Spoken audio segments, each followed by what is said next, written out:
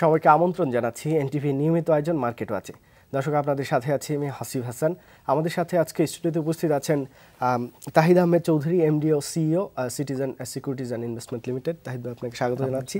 আমাদের সাথে আরও আছেন সদ্য পরিচালক নির্বাচিত হয়েছেন ডিএসসি ব্রোকার্স অ্যাসোসিয়েশনের সাজিদ ভাই, সাজিদুল ইসলাম। সাজিদ ভাই, আপনাকে স্বাগত জানাচ্ছি এনটিভির পক্ষ থেকে। আপনাকে শুভেচ্ছা জানাচ্ছি আপনি পরিচালক নির্বাচিত হয়। আপনাকে অশেষ ধন্যবাদ এবং এনটিভি পরিবারকেও ধন্যবাদ।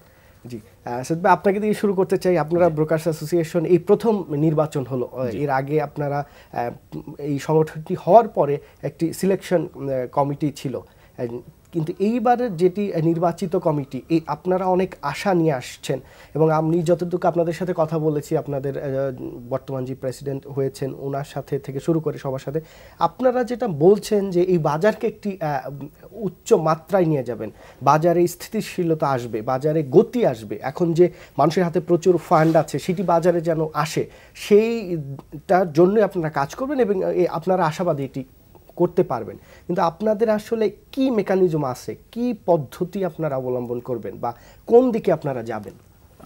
ধন্যবাদ হাসিব ভাই, আপনাকে একটা ভালো প্রশ্ন করেছেন। হাসিব ভাই, প্রথম আমি বলি যে আমাদের এটি একটি নির্বাচিত বোর্ড এবং অ্যাসোসিয়েশনটি তৈরি হওয়ার পরে এটি প্রথম ইলেকশনের মাধ্যমে আমরা 15 জন নির্বাচিত হয়েছি। এখানে আপনার নবীন এবং প্রবীণদের সমন্বয়ে একটি 15 জনের যে বোর্ড তৈরি হয়েছে, এটি আমরা আশা করছি বাজারের জন্য আমরা কিছু ভালো করতে পারবো। আর সবচেয়ে এখানে বড় কথা, আমরা বিভিন্নভাবে কমিটেড বাজারের জন্য। আর এখানেই আমি সব সময় একটা কথা বলেছি যে এটাই আমাদের প্রত্যেকেরই একমাত্র রুটি এবং রুজির জায়গা। তো আমরা বাজারকে যদি ভালো করার জন্য যা যা করা প্রয়োজন আমরা তাই করব। বাজারের জন্য এখানে আমাদের অ্যাসোসিয়েশনের পক্ষ থেকে আসলে বাজার ভালো করার কোনো ইনস্ট্রুমেন্ট আমাদের হাতে নাই। আমরা কিছু ভুল ধরে দিতে পারি যে আমরা যে সমস্যাগুলো আছে আমরা সেই সমস্যাগুলোকে চিহ্নিত করতে পারি, কিন্তু বাজারকে বাড়ানোর মতো কোনো ইনস্ট্রুমেন্ট আমাদের হাতে নাই।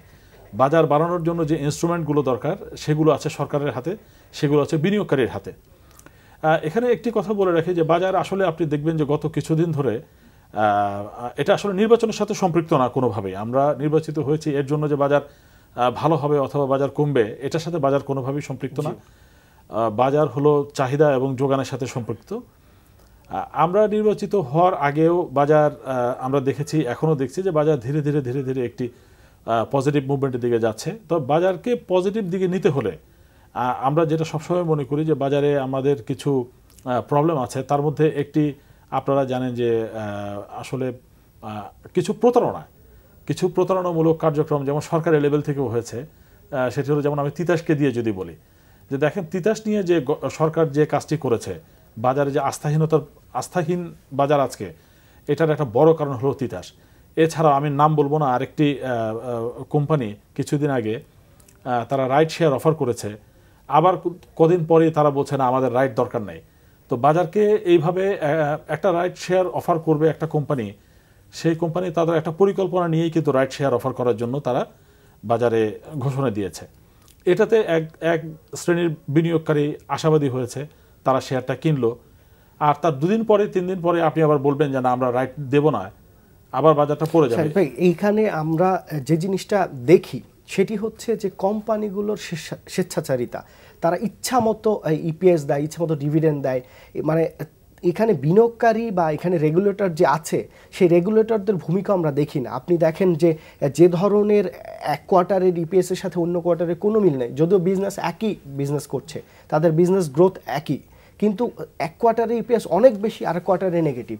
এই ধরনের যে কোম্পানিগুলো বাজারে তালিকাভুক্ত আছে, এবং তারা কিন্তু দেখবেন যে মানে এই প্রাইসও ওরকম মুভমেন্ট করে এবং সেখানে অনেকে অভিযোগ করেন যে মালিক পক্ষ জড়িত থাকে। আপনি যদি দেখেন ইউনাইটেড এয়ারের কথা যদি বলি, ইউনাইটেড এয়ার আবার যে টাকা তোলার যে পারমিশনটা পেল, সেটি কিভাবে পায়? আপনার 30% শেয়ার না থাকলে রাইট বোনাস বা রিআইপিও করতে পারবে না, কিন্তু সেটি করতেছে। আপনার অন্য অনেক এরকম কোম্পানি আছে যেগুলো করছে। আপনি যদি এই যে ফার গ্রুপকে দেখেন, ফ্যামিলি ট্যাক্স কিংবা আরএনকে দেখেন, তারাও কিন্তু এই যে 10% স্টক ডিভিডেন্ড দিয়ে দিচ্ছে এবং আবার রাইট দিচ্ছে, মানে যা ইচ্ছা তাই হচ্ছে। কিন্তু এখানে আপনি যদি ভালো যারা বিনিয়োগকারী, যারা প্রাতিষ্ঠানিক বিনিয়োগকারী, বড় বড় কোম্পানিগুলো, তারা যে বিনিয়োগ করবে, এই স্বচ্ছতা যদি না আসে, সেই বিনিয়োগটা কিভাবে হবে? আপনি বিএসসিসির ব্যাপারে, বিএসসিসি এই যে তিতাসের কথা বলেন, বিএসসিসির সাথে আমি কথা বলেছি, তারা যেটা বলছেন যে এটা ইচ্ছাকৃত না। তো বিএসসিসি তো বলছে ইচ্ছাকৃত না, তাহলে বিষয়টা কি? না, বিষয়টা ইচ্ছাকৃত না, এটা কোন সেন্সে কে বলেছেন আমি জানি না, কিন্তু অবশ্যই এটা ইচ্ছাকৃত। ইচ্ছাকৃত দেখেই তো হয়েছে, না বুঝে করেছে, এটা না বুঝে করেছে। আপনি সরকারের আর অন্য 5টা কোম্পানিকে আপনি বাজারে একটা লিস্টেড কোম্পানির সাথে যদি গভর্নমেন্ট মিলিয়ে ফেলেন তাহলে হবে না। বাজারে আপনি এসছেন 25% শেয়ার অফলোড করেছেন, আপনার শেয়ার আপনার কমিটমেন্টের উপরে বাজারে লক্ষ লক্ষ বিনিয়োগকারী আপনার শেয়ার কিনেছে, আপনি যা ইচ্ছা তাই করতে পারেন না। এটা আপনি আপনার একটা লিস্টেড কোম্পানিকে আপনি একটা নন লিস্টেড কোম্পানির সাথে মেলালে চলবে না। এই ব্যাপারে তাহিদ ভাই আপনার মন্তব্য কি? যে এই যে তাদের যে একটা দায়িত্ব আছে, তারা যে একটা আশা নিয়ে এসেছে, তাদের যে মূল বিষয়গুলো আসলে কোনগুলো ফোকাস করা উচিত? আপনারা তো প্রাতিষ্ঠানিক বিনিয়োগকারী, আপনারা আসলে সমস্যাগুলো সত্যিকার সমস্যা হলো প্রথমেই আসলে যে জিনিসটা আমার মনে হয় ফোকাস করা উচিত, আমি বিভিন্ন প্রোগ্রামে বলছি যে একটু ফান্ডামেন্টাল দেখে, ম্যানেজমেন্ট দেখে। এখন বাংলাদেশের ক্ষেত্রে ম্যানেজমেন্ট একটা বড় ইস্যু হয়ে দাঁড়াইছে। সো আপনি এটা রাইটের ডিক্লারেশন হোক আর ইপিএস এর ডিক্লারেশন হোক আর যাই হোক, আমার মনে হয় আপনি ইনভেস্টমেন্টের আগে ম্যানেজমেন্টে দেখে নেওয়া উচিত। হ্যাঁ, তিতাস একটু different issue, government organization obviously management ভালো ছিল। স্ট্যান্ডার্ড ইন্স্যুরেন্স কি ইস্যু? আচ্ছা, এখানে একটা কিছু পজিটিভ জিনিস আছে স্ট্যান্ডার্ড ইন্স্যুরেন্স। আপনি যেটা একটু আগে বললেন যে হ্যাঁ, ইপিএস ইচ্ছা মতো দিচ্ছে, ডিভিডেন্ড ইচ্ছা মতো ঘোষণা করতেছে, কিন্তু কেউ দেখান নাই। ইদরা হওয়ার পরে যেটা হয়েছে, আপনার ইন্স্যুরেন্সের ভিতরে একটা রেগুলেটরি মুভমেন্ট আসছে। এখন কিন্তু ইন্স্যুরেন্সগুলো যা ইচ্ছা তা করতে পারতেছে না। অনেক নেগেটিভ জিনিস আছে স্ট্যান্ডার্ড ইন্স্যুরেন্সের। চেয়ারম্যানই তো শেয়ার বিজনেস করেন, তার এটা নিয়ে মিডিয়ায় অনেক নিউজ হয়েছে। এটা যদিও আমি জানি না, বাট মানে আমার যতটুকু নলেজে আছে এই যে গুড গাই রেগুলেটরির দিক থেকে। বাট এখানে কিছু পজিটিভ জিনিস আছে। ধরেন আমি 2টা ইন্স্যুরেন্সের সাথে রিসেন্টলি কাজ করছি, তো আমি দেখলাম আপনি যেটা একটু আগে বললেন যে হ্যাঁ ঠিক আছে, কেউ একজন চাইলেই ইপিএস বাড়ায় দিচ্ছে, কেউ একজন চাইলেই আপনার 10% 20% ডিভিডেন্ড দিচ্ছে। ইন্স্যুরেন্সও কিন্তু এটা এখন করতে পারতেছে না। হ্যাঁ, আমি রিসেন্টলি একটা ইন্স্যুরেন্স আপনার জেট ক্যাটাগরিতে গেছে, যেটা স্পেসিফিকলি ইদরার জন্য 10% ডিভিডেন্ড দিতে পারে না। ইদরা শেষ পর্যন্ত ভ্যালুয়েশন করে দিছে যে আপনি 3% দিতে পারবেন ম্যাক্সিমাম। সো এটা একটা পজিটিভ জিনিস হচ্ছে, ওরা চিন্তা করতে তাইলে ঠিক আছে, এইবার যেহেতু দিতেই পারলাম না, এইবার নো ডিভিডেন্ড দেই, নেক্সট টাইম আমরা 10% দিয়ে হয়তো আবার ক্যাটাগরি চেঞ্জ করবো। এটা কিছু পজিটিভ জিনিস আছে। প্লাস ওই যে খরচগুলো আছে আপনার, ওদের ফিক্স অ্যাডমিন খরচগুলো আছে, লাইফ ইন্স্যুরেন্স গুলোর ব্যাপারে একটা ইতিবাচক ধারায় আসছে। সো স্ট্যান্ডার্ড ইন্স্যুরেন্সের ওই লাইসেন্সটা ক্যান্সেল করা অনেক দিক দিয়ে নেগেটিভ, আবার অনেক দিক দিয়ে পজিটিভ। কারণ অনেকেই এখন চিন্তা করতেছে যে ইন্স্যুরেন্স সেক্টরে আগের মতো যা ইচ্ছা তাই করা যাবে না। কারণ আপনি যদি দেন ব্যাংকিং সেক্টর একটা রেগুলেটরি মেজারের মধ্যে চলে আসছে, অনেক বেশি ট্রান্সপারেন্ট, যেটা ইন্স্যুরেন্স ছিল না। ইন্স্যুরেন্স এখন অনেক বেশি ট্রান্সপারেন্ট হচ্ছে। সো ইন 5 years টাইম আমার মনে হয় ইন্স্যুরেন্সের একটা ভালো মুভমেন্ট আপনি দেখবেন বিকজ অফ দিস রিজন। আর আপনি যদি বলেন আমি এখন স্পেসিফিকলি যদি কোনো ইন্স্যুরেন্স 20%, 25%, 30% অথবা 10% ডিভিডেন্ড দেয়, তাহলে অবভিয়াসলি আমি মনে করি এটা ভালো করতেছে। কি জন্য? কারণ আমি নিজে দেখছি যে 2-একটা ইন্স্যুরেন্স ডিভিডেন্ড দিতে পারে না বিকজ অফ দ্য ভ্যালুয়েশন রং ছিল। ইদরা ওই 10% বলেন, 8% বলেন, যাই বলেন, ওইটা দিতে দেয় নাই।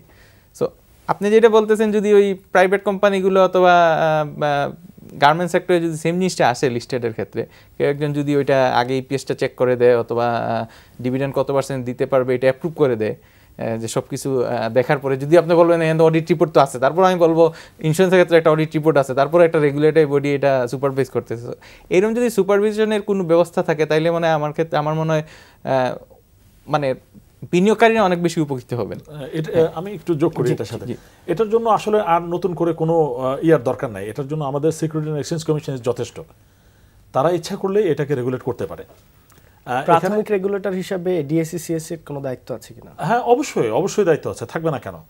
আমরা স্টক এক্সচেঞ্জ যখন তারা একটা রিপোর্ট পাঠায়, এটাও স্টক এক্সচেঞ্জ অ্যানালাইসিস করার একটা জায়গা আছে। কিন্তু অ্যানালাইসিস করার আগে রিপোর্টটা কি বিনিয়োগকারীদের জন্য দিয়ে দিবে নাকি?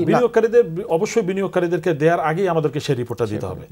এটা আপনি বিনিয়োগকারীদের কাছে একটা রিপোর্ট দেওয়ার পর আপনি আমাকে দিলেন, সেটা আমি অ্যানালাইসিস করে আপনি রিপোর্ট দিব, সেই রিপোর্টের আসলে কোনো মানে যৌক্তিকতা থাকবে না। এটা হতে পারে যে একটা রিপোর্ট হওয়ার পর, একটা অ্যানুয়াল রিপোর্ট তৈরি হওয়ার পর, এটা পাবলিকলি প্রকাশ করার আগে অবশ্যই এটা সিকিউরিটি এক্সচেঞ্জ কমিশন এবং স্টক এক্সচেঞ্জকে কোয়ার্টারলি যে রিপোর্টটা মানে বোর্ড মিটিং এর পরে এই নিয়মটা কি, বোর্ড মিটিং এর পরে কোম্পানিগুলো স্টক এক্সচেঞ্জ এবং বিএসইসি কে রিপোর্ট পাঠায়, সাথে সাথে যে ডিক্লারেশনগুলো আসলো সাথে সাথে পাঠায়, এবং সেটা হলো পরবর্তী কার্যদিবসের আগেই সেটা দিতে হবে মনিটরে, প্রকাশ করার কথা। কিন্তু যদি সেক্ষেত্রে স্টক এক্সচেঞ্জের পক্ষ থেকে এটি না করা হয়, হ্যাঁ কয়েকদিন পরে করা হয়, তাহলে এটা আসলে এই বিনিয়োগকারীরা এখানে কি বুঝবেন? না, এখানেও আসলে এখন বিনিয়োগকারীরা অনেক অনেক সচেতন, তারা কিন্তু কোম্পানিতে খোঁজ রাখেন, ওদিন বোর্ড মিটিং হয়েছে, তাহলে আপনারা এটা কি করছেন, ইপিএস দিয়েছেন কিনা, কোম্পানি সেক্রেটারির সাথে কথা বলেন, সিএফওর সাথে কথা বলেন। তো এই ক্ষেত্রে আমি দেখেছি যে বেশ কয়েকটি কোম্পানি এরকম হয়েছে যে তারা কিন্তু ডিভিডেন্ড বা ইপিএস দিয়েছে, কোয়ার্টারলি রিপোর্ট দিয়েছে, কিন্তু ডিএসসিসি থেকে কয়েকদিন পরে দেয়া হয়েছে। সম্প্রতি সিএমসি কামালের ব্যাপারটাও দেখতে পারেন। এটা ইনসাইড ইনফরমেশন থাকবে, এটাকে হয়তো বন্ধ করা সম্ভব না। কারণ হলো যে আমাদের দেশে ছোট্ট একটা দেশ, এখানে আমরা প্রত্যেকের সাথে সম্পৃক্ত, কেউ না কেউ আমার লোক হয়তো কোম্পানিতে আছে, আমরা নিউজগুলো আগেই জেনে যাচ্ছি। এটা যদিও আইনগতভাবে বেআইনি, কিন্তু এটা কিছু করা নেই, আমরা এটাকে বন্ধ করতে পারছি না। তবে যতটা সম্ভব এটাকে কন্ট্রোল করা দায়িত্ব আমাদের বিভিন্ন সংস্থা আছে, তাদের নেওয়া উচিত, এটা নিতে হবে। এবং সেই ক্ষেত্রে কোম্পানিকেও দায়িত্বশীল আচরণ করতে হবে। কোম্পানিগুলো যদি দায়িত্বশীল আচরণ করে, আসলে কোম্পানিগুলো দায়িত্বশীল আচরণ করবে কখন, তার জন্য যদি তাকে রিওয়ার্ড এবং যদি শাস্তিমূলক ব্যবস্থা যদি থাকে, কারণ আমরা কোনো কোম্পানিকে রিওয়ার্ডও দেই না, কোনো কোম্পানির প্রতি শাস্তিমূলক ব্যবস্থাও নেই না। আর এই কারণে আপনার প্রতি বছর 10% 20% স্টক দিয়েই যাচ্ছে কোম্পানিগুলো। আপনি এই ক্যাটাগরি যে দুঃখিত, আপনি ক্যাটাগরি যে ফেলছেন, এই ক্যাটাগরি সে প্রতি বছর বিনিয়োগকারীদের কিছুই দিচ্ছে না, শুধু কাগজই দিয়ে যাচ্ছে, আর আপনি ক্যাটাগরি এই ক্যাটাগরিতে তাকে রেখে দিচ্ছেন। আসলে এই নিয়মটা কি এখন এই পরিপ্রেক্ষিতে কতটুকু যৌক্তিকতা আছে? আপনি প্রশ্ন তুলেছেন, আমার মনে হয় যে এখন এটা সময় এসছে আমাদের ক্যাটাগরি চেঞ্জ করার একটা সময়, যে কোনো একটা কোম্পানি বিভিন্নভাবে 10% একটা ডিভিডেন্ড ঘোষণা করলেই সেই কোম্পানিকে আমরা এ ক্যাটাগরিতে নিয়ে যাচ্ছি, আর তার নিচে হলে বি ক্যাটাগরি না, আর সে যদি কোনো ডিভিডেন্ড না দেয় তাকে আমরা জেড ক্যাটাগরিতে নিয়ে যাচ্ছে।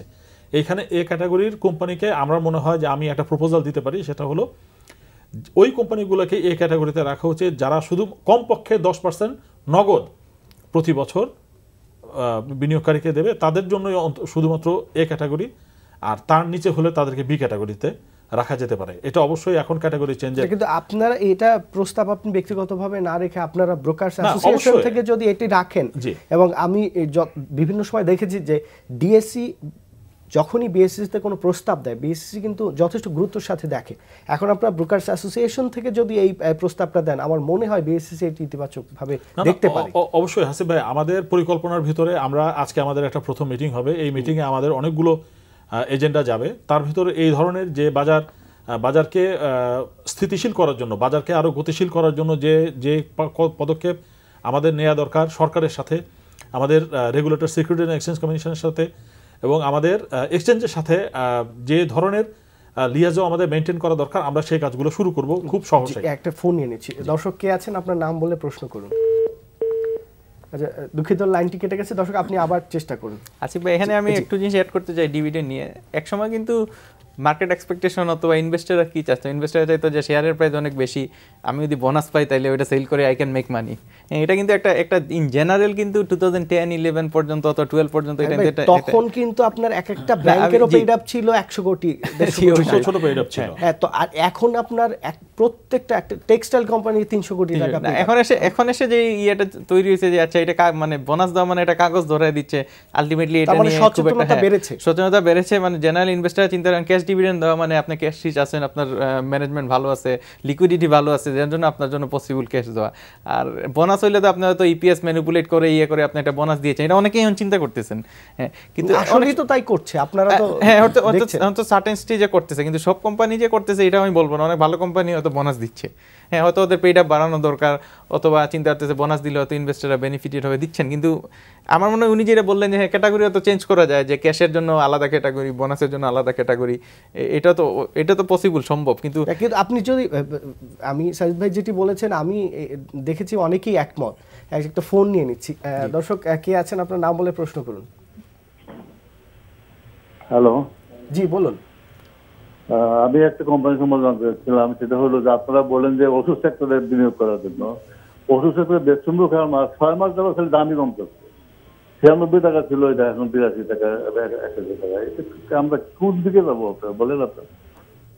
জি দর্শক, আসলে এই ইন্ডিভিজুয়াল কোম্পানি নিয়ে আমরা ওইভাবে মন্তব্য করতে পারি না, তারপরেও আজকে অতিথিরা হয়তো এটির ব্যাপারে পরোক্ষভাবে কোনো মতামত দিতে পারবেন। তাহিদ ভাই, আমার মনে হয় ফার্মা সেক্টরটা ইজ এ প্রমিজিং সেক্টর বাংলাদেশের জন্য। ম্যাক্সিমাম কোম্পানিগুলো যেগুলো লিস্টেড আছে, ম্যানেজমেন্ট ভালো আছে, অনেকেই আপনার এখন এক্সপোর্টে গেছে ইউএস এর মতো দেশে। আমার মনে হয় লং রানে এটা একটা ভালো ইনভেস্টমেন্ট হবে। আর ওই কনসেপ্টটা চেঞ্জ করা উচিত জেনারেল ইনভেস্টারদের, না আমরা একটা ক্যাপিটাল গেইন পাবো খুব কুইকলি। আমার ইনভেস্টমেন্টটা হওয়া উচিত বেসড অন ডিভিডেন্ড, যে আমি রিটার্ন কি পাচ্ছি। এখানে আরেকটি বিষয় আছে যে দর্শক যে প্রশ্নটি করলেন যে কোম্পানিটি নিয়ে, এই লেভেলের কোম্পানিগুলোর মানে মধ্যম সারির ক্যাপিটাল, পেইড আপ ক্যাপিটাল যে কোম্পানিগুলো, সেগুলো কিন্তু ওই 1000 কোটি টাকা ট্রেড না হলে এটার একটা ভালো মুভমেন্ট আমরা আশা করতে আসলে পারি না। সাইদ ভাই কি বলেন? না অবশ্যই, আসলে এটা কোম্পানির মুভমেন্ট তো শুধুমাত্র 1000 কোটি টাকা ট্রেড হলেই যে হবে তাও না। এখানে আরো অনেকগুলো জিনিস কাজ করে, যেমন আপনার চাহিদার ব্যাপার আছে। এখন আপনি যেটা একদম ভাই প্রশ্ন করেছেন যে কেন শেয়ারের দাম কমছে, আসলে কেন শেয়ারের দাম কমছে, কেন শেয়ারের দাম বাড়ছে, এটা বলা মানে একটা দুরূহ ব্যাপার। আর বেক্সিমকো ফার্মা সম্পর্কে যদি বলতে হয়, অবশ্যই এটি ভালো কোম্পানি, এটি মধ্যম সারির কোম্পানি না, এটি বাংলাদেশে লিডিং একটা কোম্পানি। মধ্যম সারি পেইড আপ, মধ্যম সারি পেইড আপ লিডিং কোম্পানি। বাংলাদেশে এখন সবচাইতে ভালো ভালো যে কোম্পানিগুলো আছে ওষুধ তারা বিদেশে এক্সপোর্ট করছে, তার ভিতরে একটি। এখানে তাদের কিছু সমস্যা আছে, সেই সমস্যাগুলো হলো আসলে ম্যানেজমেন্টগত সমস্যা। এই সমস্যাগুলো তার আসলে ম্যানেজমেন্টের উপর বিনিয়োগকারীদের আস্থা এবং বিশ্বাসের কিছুটা ঘাটতি আছে, এটা আমরা অনেকদিন থেকে তাদের এক্সপেকটেশনও বেশি আসলে তাদের প্রতি। তো এই কারণে এটার মুভমেন্টটা একটু কম। তো আর এমনিতেও বাজার আসলে টোটাল বাজার গ্রো না করা পর্যন্ত এই শেয়ারগুলো খুব বেশি মুভমেন্ট হবে এটা আশা করাটাও মানে সেটি বলছিলাম যে আপনার ধরেন এই এখন যে ব্যাংকগুলো মুভমেন্টে গেছে, যখন 300 কোটি টাকার ট্রেড হতো তখন কিন্তু ব্যাংকগুলো এইভাবে মুভমেন্ট করে নাই।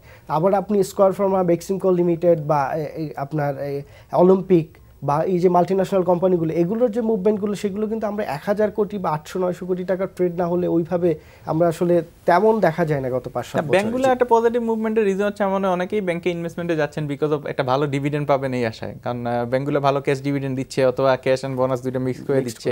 প্রাইস কিন্তু আসলে যদি এখন একটু প্রাইস ভালো হয়েছে, কিন্তু আসলে প্রাইসগুলো কিন্তু খুবই কম ছিল। আজকে 3 মাস আগে যদি চিন্তা করেন সবগুলা ব্যাংক 30-40% যদি আমরা আরো যোগ করি, যেমন আপনার interest rate, bank interest rate এত কম, এমন পর্যায়ে চলে এসছে যে এখন আর কেউ টাকা ব্যাংকে রেখে অথবা টাকা ঘরে রেখে, আর তার ভিতরে তো একটা ভয় তো আছেই যে কবে আবার টাকা বন্ধ হয়ে যায়।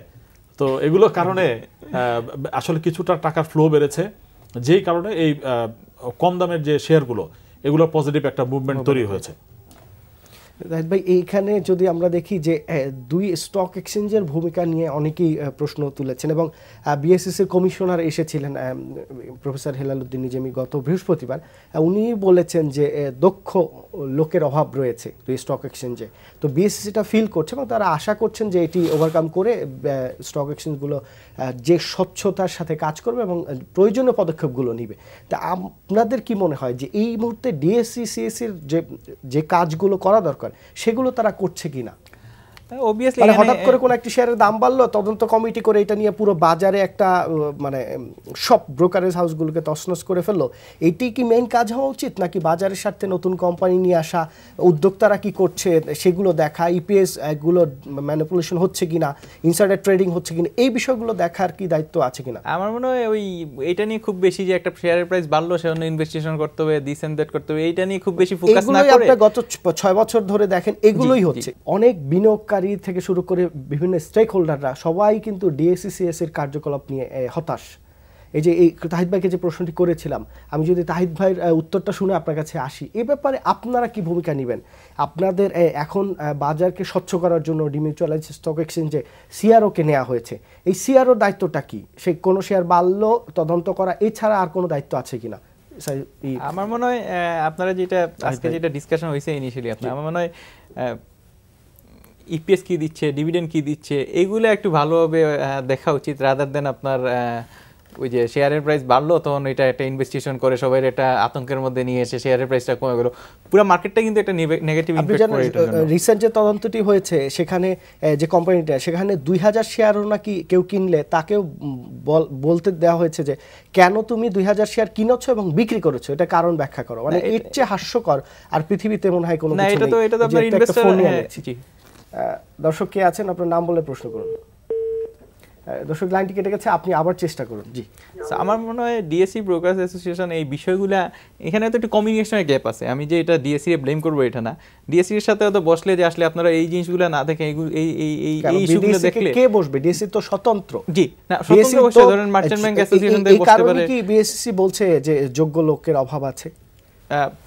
এটা আমি বলবো হয়তো আছে, বুঝছেন, আমাদের হয়তো ডিএসসি আরো বড় হওয়া উচিত, আরো বেশি মানে অনেক নলেজেবল লোকজন এখানে আসা উচিত। ধরেন আপনি যদি বলেন বাংলাদেশে অনেক সময় বলেন যে ইনসাইডার ট্রেডিং, হ্যাঁ আমি একটা কোম্পানি সিএফও এ ফোন দিছি, সিএফওর কাছ থেকে ইপিএসটা জানছি যেন তো আমি এই শেয়ারটা কিনছি।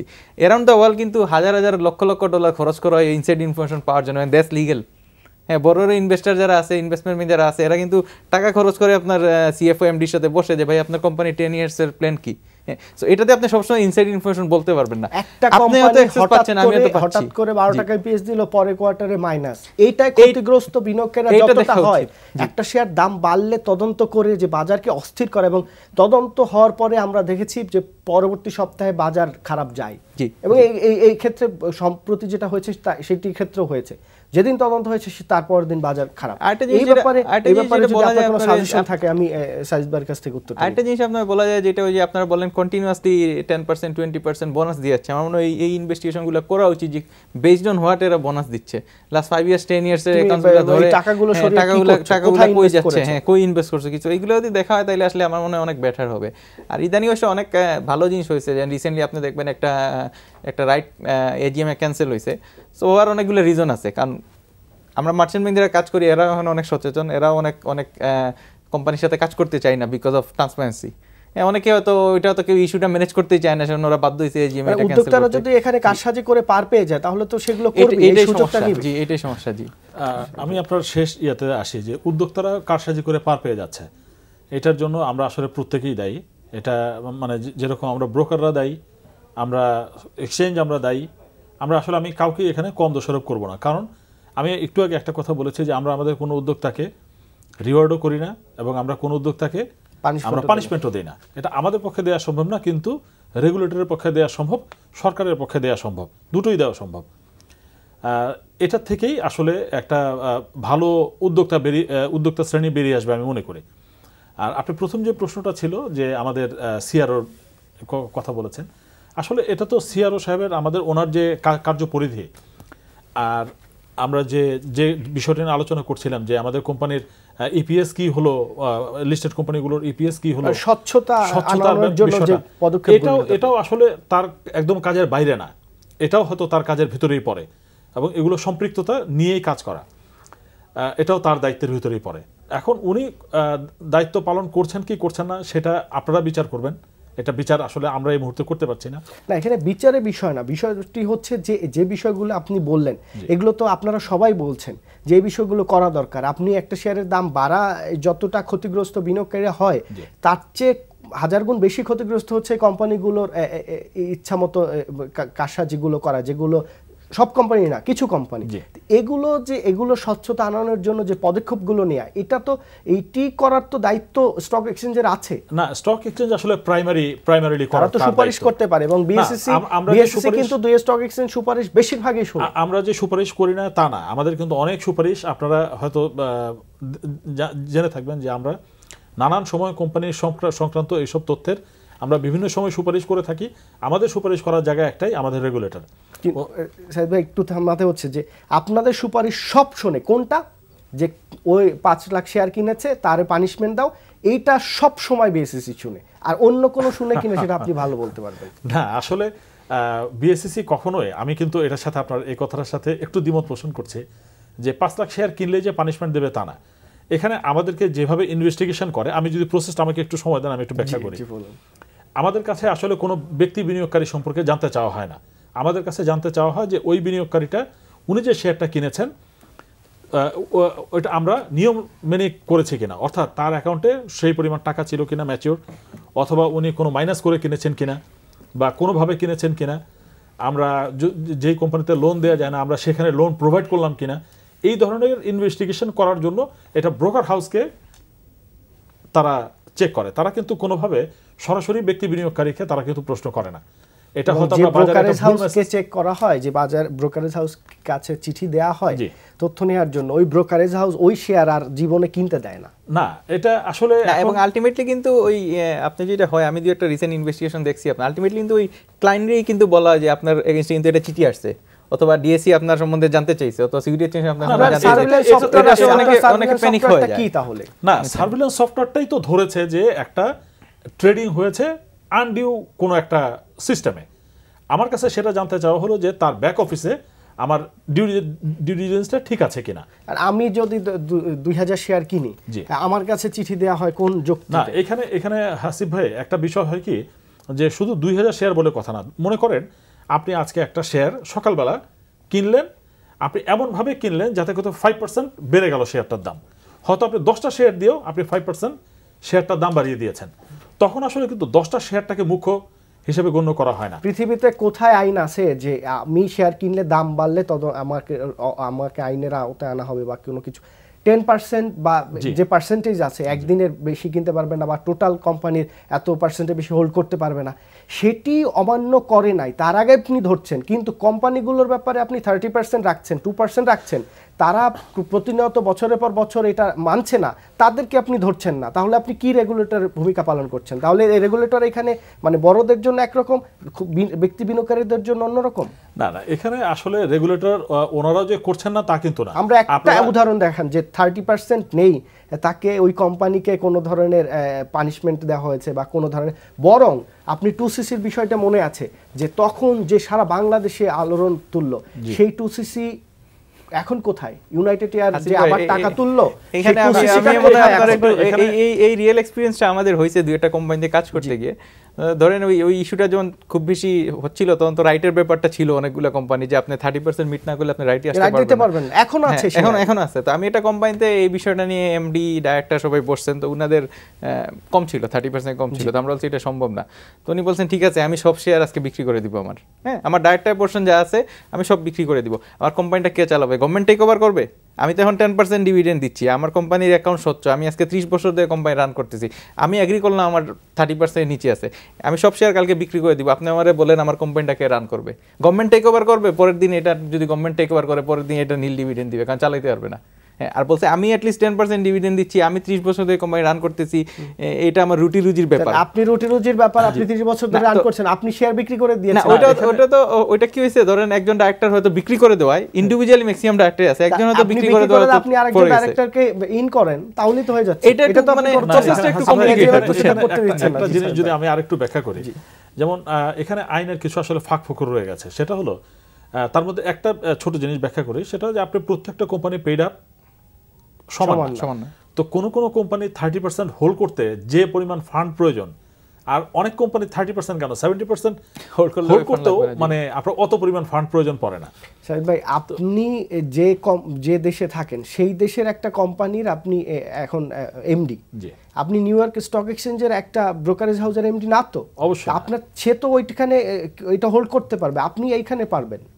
তো আপনি যে ওই 30 কোটি টাকার কোম্পানির ডিরেক্টর আর যে 1900 কোটি টাকার ডিরেক্টর, তার ক্ষেত্রে তো ভিন্ন হবেই না।